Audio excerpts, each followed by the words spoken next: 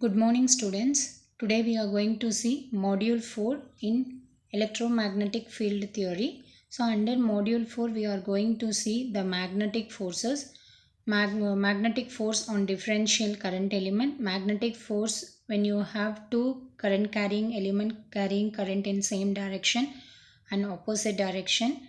What is the torque developed in the magnetic material? And what are the different types of magnetic material, magnetic boundary condition, inductance, self-inductance, and problems under inductance we are going to see under module 4. In this session, we are going to cover force on a moving charge. So, you should, like in first module, we have seen a Coulomb's law. So, what Coulomb's law says?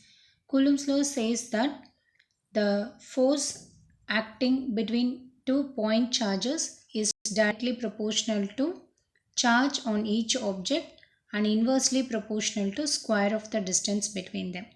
So it is nothing but your electrical force. When you consider any electrical appliances, it is not going to focus only on your electrical force. It will also focus onto your magnetic force, which is represented with F1.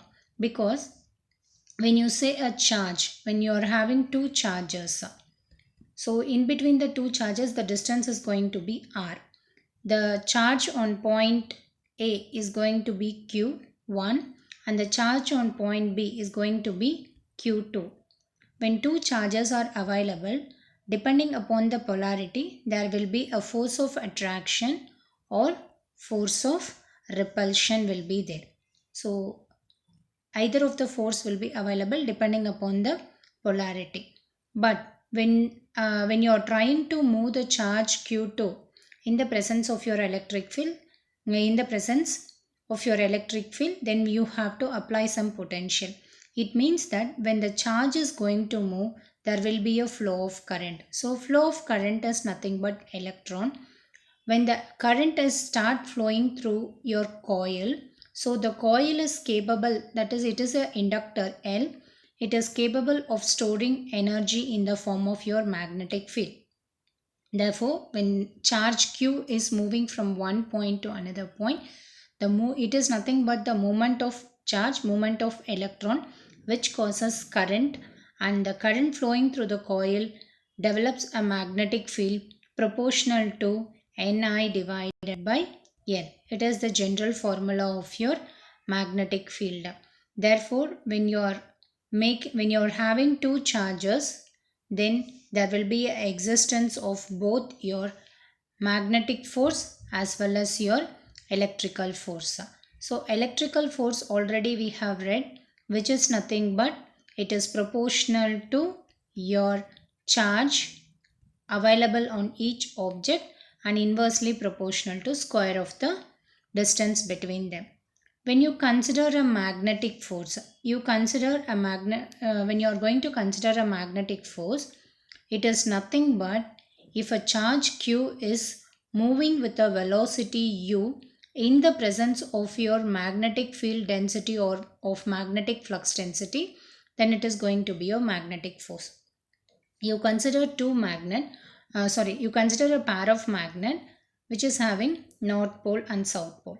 In between the magnet there will be a field exist. The field is known as your magnetic field. When you are having one conductor and when you are passing current, it is nothing but your flow of charge. At what velocity the charge is moving in the presence of this magnetic field of magnetic flux density is known as magnetic force. Therefore, the total force existing in any of the circuit is going to be the summation of your electrical force plus your magnetic force. This force equation is known as Lorentz force equation. So in this session we are going to see about the Lorentz force equation, force on a differential current element, and problems under force on differential current element. The first one is going to be your Lorentz force equation.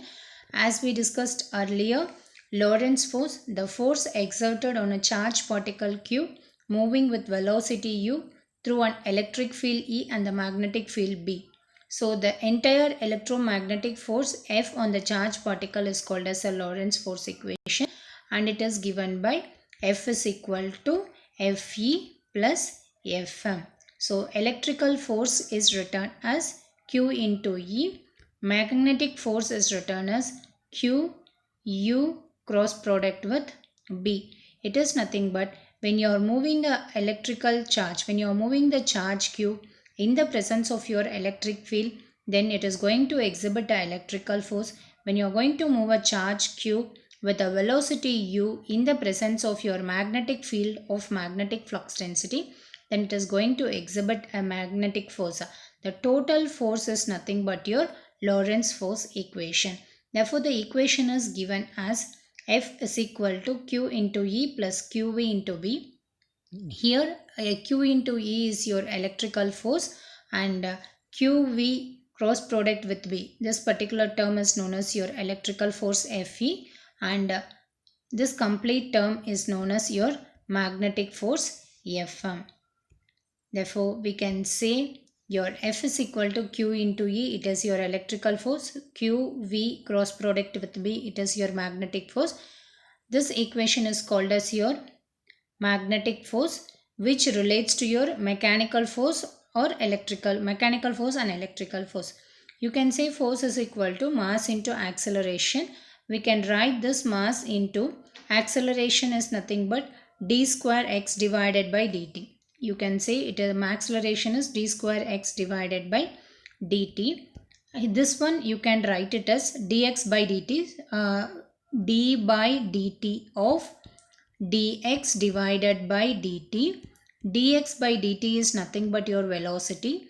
So we can write d square x by dt square as dv divided by dt. It is nothing but your force. Force is equal to mass into acceleration. Acceleration can be written as dv divided by dt, which is equal to q into, here the q is going to be common in case of your Lorentz force equation.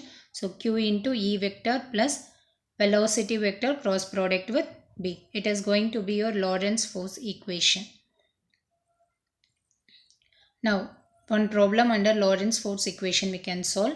We can consider a point charge of Q is equal to minus 1.2 coulomb, has a velocity of 5ax plus 2ay minus 3az meter per second. Find the magnitude of the force exerted on the charge if E is equal to minus 18ax plus 5ay minus 10az, B is equal to minus 4ax plus 4ay plus 3az Tesla. The unit for electric field intensity is volt per meter and the unit for magnetic field intensity is Tesla. We need to identify the force exerted on the charge if you are having only the electric field, only the magnetic field, and the third condition is going to be, will be getting when both the fields are present, what will be the total force exerted. So according to the first condition, we can find out your electrical force. Fe is equal to Q into E. What is the value of Q given in the problem? It is minus 1.2 coulomb.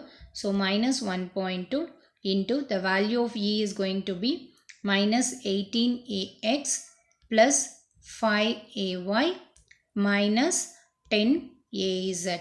Calculating this, we will get the equation of your electrical force as Fe is equal to 21.6ax minus 6ay plus 12az, and the unit for force is Newton. Similarly, when you have a magnetic flux density, how you will identify the value of the force? We need to identify the magnetic force Fm. Fm is equal to Q into V cross product with V. The value of Q is going to be minus 1.2 coulomb, and the velocity given is 5ax plus 2ay minus 3az, and the value of the magnetic flux density given is minus 4ax plus 4ay plus 3az. So with this you can identify the value of your magnetic force and the total force existed. It is the magnitude of your electrical force. Magnitude of the electrical force is 21.6 square minus 6 square plus 12 square. Square root if you take, you are going to get 25.4275. Similarly, if you identify the magnetic force as we discussed, it is going to exhibit a force of when you do a cross product. For a cross product, the concept is if you are having x, y, z, if you are making a cross product in clockwise, the third term is going to be your answer with a positive sign. If the cross product is doing in an anti-clockwise, the third term is going to be your answer with a negative sign. For example, in this equation, if you multiply 6ax cross product with, this is ax, 6ax cross product with ax means it is equal to 0. Again, if you multiply 6ax cross product with ay, so ax cross product with ay means third term is going to be your answer. You should check whether it is moving in clockwise or anti-clockwise. X cross product with y means it is moving in clockwise, so it is going to be plus. So I'll be getting the answer plus AZ.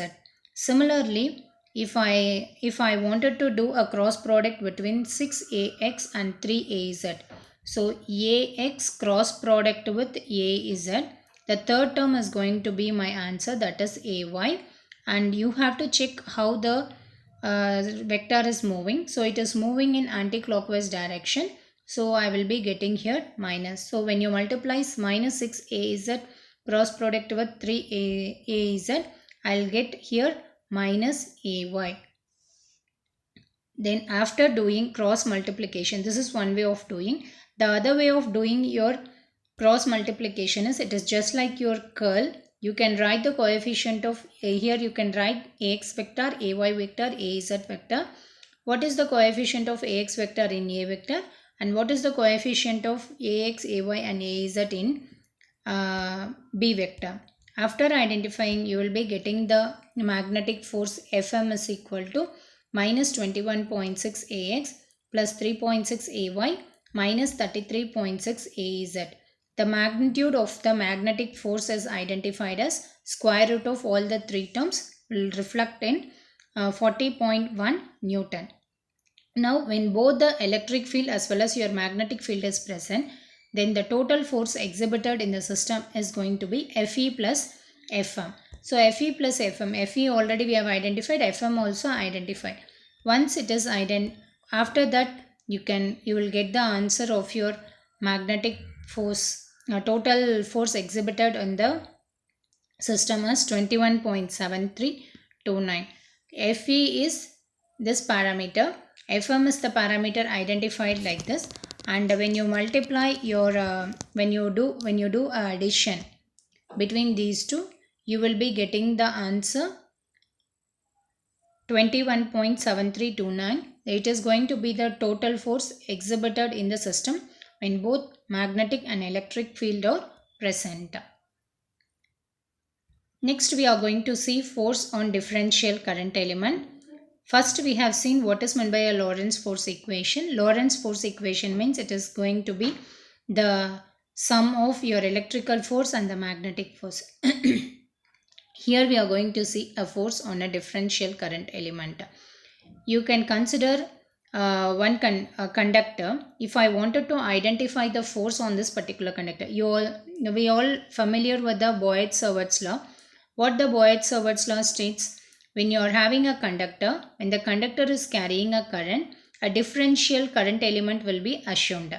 In this differential elemental length, the current element is going to be I into dl, and a point will be available, and this is the point where we want to identify the value of your magnetic field. The angle made from the differential current element to the point under consideration is going to be angle theta. Therefore, according to Boyd's law, we can say the differential magnetic field intensity. Why it is going to be the differential magnetic field intensity? In the sense, because we have assumed a differential current element. The differential magnetic field intensity dH is equal to the current element I into dl, and inversely proportional to square of the distance between them, and also it is inversely proportional to sine of the angle made between the differential current element and the point under consideration. So we all know that when the current is going to flow, when we are going to assume a differential current element, the force is also going to be differential. Therefore, we need to identify what is the force occurring due to differential current element, that we are going to see in the next session. Thank you, students.